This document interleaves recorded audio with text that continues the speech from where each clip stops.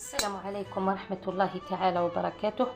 أهلا وسهلا بكم مرة أخرى في قناة يوميات أم البنات. وخير ما نبتدئ به مثل العادة الصلاة والسلام على سيدنا محمد. اللهم صل وسلم وبارك على سيدنا محمد وعلى آله وصحبه أجمعين. اليوم جينا بوصفة جديدة، بما أنه رانا في موسم فاكهة الخوخ، جينا بوصفة تحلية الخوخ. هي وصفة مغذية لذيذة ومنعشة في نفس الوقت. ما تحتاجش عندنا لي زانغريديون بزاف. كل ما تحتاج ليه نصف رتل من الحليب، عندي نصف رتل من الحليب، وعندي 3 ملاعق نشا، 2 ملاعق كبار سكر، وعندي الخوخ. هذا بالنسبة للطبقة الأولى، لأنه هذا التحلية أو هذا الديسير يحتاج إلى طبقتين. واش ندير؟ أول شيء نبداو به، راه الخوخ تاعنا مغسول نظيف، نبداو نقطعو فيه بشكل عادي عشوائي. هاهو نقطعوه، ما نحوش القشرة تاعو.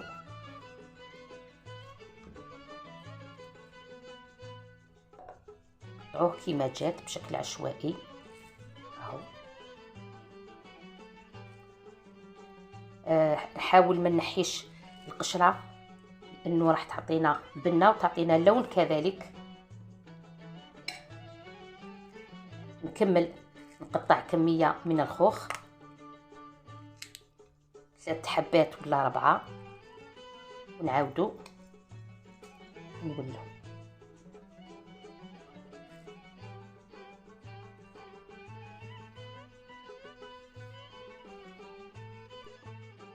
بعد ما كملنا قطعنا الخوخ تاعنا عشوائيا،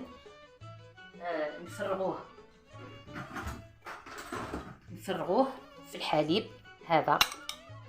بسم الله. هاهو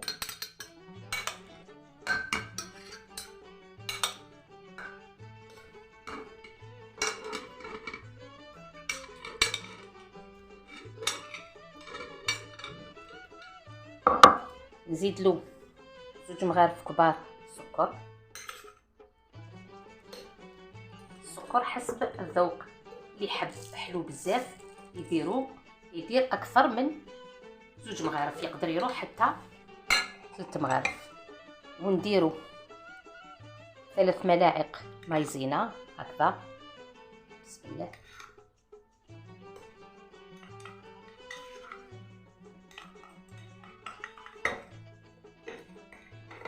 هنا 3 ملاعق مايزينا.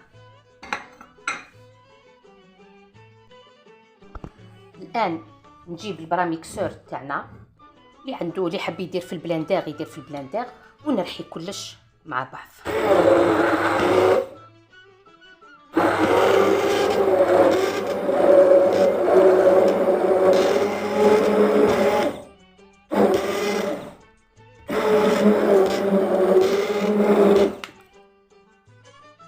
بعد ما رحيناه تحصلنا على خليط كريمي، نديرو في كسرونه.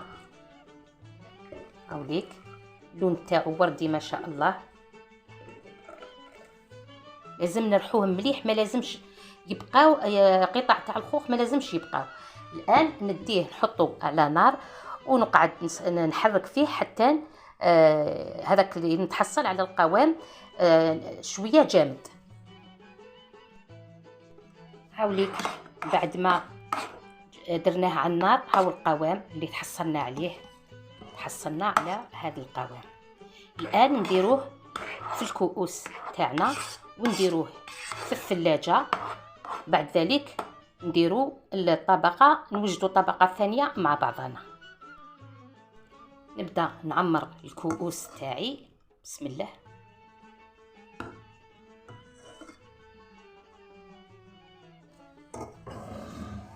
كما رانا نشوفو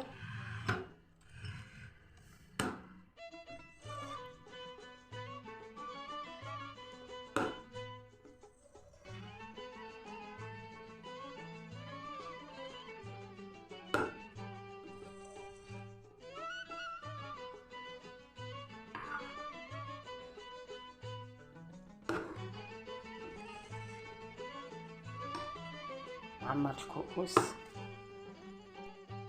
هاوليك تحصلنا على هذا الكؤوس. دوك واش نديروه في الثلاجة يبرد، ونوجدو مع بعضنا الطبقة الثانية. نجو الآن نحضروا الطبقة الثانية. واش نحتاجو في الطبقة الثانية؟ نحتاجو كمية متبقية من الخوخ.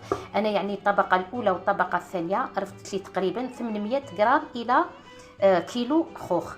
نحتاج علبة فلون فاني ذوق فاني، علبة فلون ذوق فاني.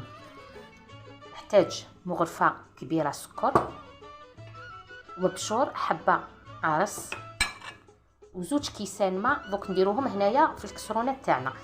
نبداو نقطعوا الخوخ تاعنا. هاد المره كيفاش نقطعوا الخوخ؟ نحاولوا هاد المره نقطعوا الخوخ قطع صغيره جدا، لانه ماناش رايحين نرحوه، باش كي نديروا الطبقه الثانيه نتحصلوا على ان ديسير يعني بشكل راقي هكذا رقيق.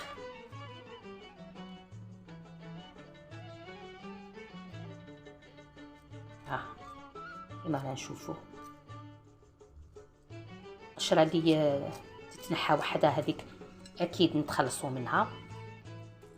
درك نكمل كامل الكميه ونولو.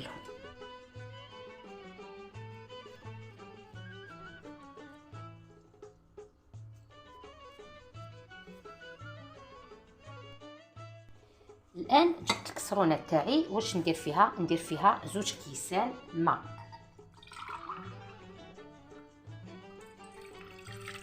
واحد،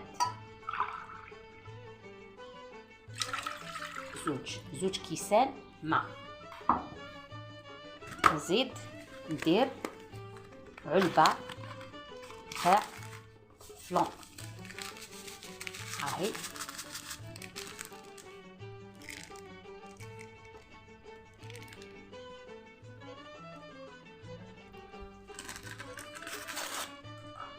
بسم الله.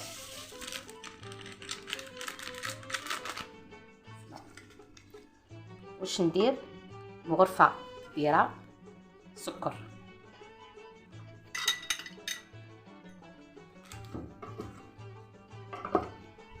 مبشور حبة قرص.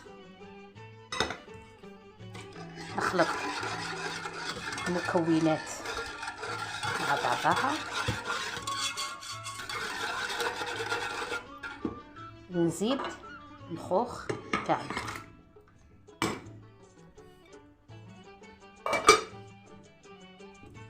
نروح نحطو على النار ونحرك، يعني نستمر في التحريك حتى نتحصل على قوام شبه ثقيل، ونعاودو نولو لكم. بعد ما وجدت الطبقه الثانيه درتها على النار، خليتها حتى نغلات وخليناها بردت. الطبقه الاولى تاني اللي درناها كانت في الثلاجه، خليناها بردت وزادت بردت شويه. الطبقه الثانيه درناها في الكؤوس. هاي اللي كيفاش خرجت لنا، بسم الله ما شاء الله. مازال ما بردتش مليح. نديروها نعاودو نرجعوها للثلاجه، وكي تبرد مليح نعاودو نشوفوها مع بعضنا. التحليه ديالنا بردت، جات بسم الله ما شاء الله. مقبله ما وريت لكمش كي نحيت الكسرونه من النار ودرت الطبقه الثانيه. سمحوا لي، عن بالي كنت نصور وانايا الكاميرا ما كانتش تمشي. على كل حال هاي الطبقه الاولى درتها قدامكم، الطبقه الثانيه تاني درتها قدامكم. وشنو غير كي نحيتها من النار وخليتها بردت شويه ودرتها في الكؤوس ما وريتها لكمش، بصح عادي. درنا الطبقه الاولى وزدنا الثانيه، درناها في الفريجيدير بردت شويه. شوفوا هذاك القوام بسم الله ما شاء الله. ها الله يبارك، تحفه، تستاهل تجربوها. نتمنى عجبتكم هذه الوصفه. ونتمنى اللي يجربها يعطي في التعليقات، يقول لي رايه في التعليقات. وما تنسونيش بالاشتراك والضغط على زر الجرس، وإلى وصفة أخرى إن شاء الله. أتمنى لكم دوام الصحة والعافية، والسلام عليكم. ودرك نشوفوا واش قالوا ناس زمان. قالوا ناس زمان إذا طاحوا السنين تروح البنة، وإذا راحوا العينين تروح الدنيا، وإذا راح النيف تروح الهمة، وإذا راحوا الرجال تروح الحرمة، وإذا راحوا الوالدين تروح اللمة. ربي يجيب ساعة الخير. سلام.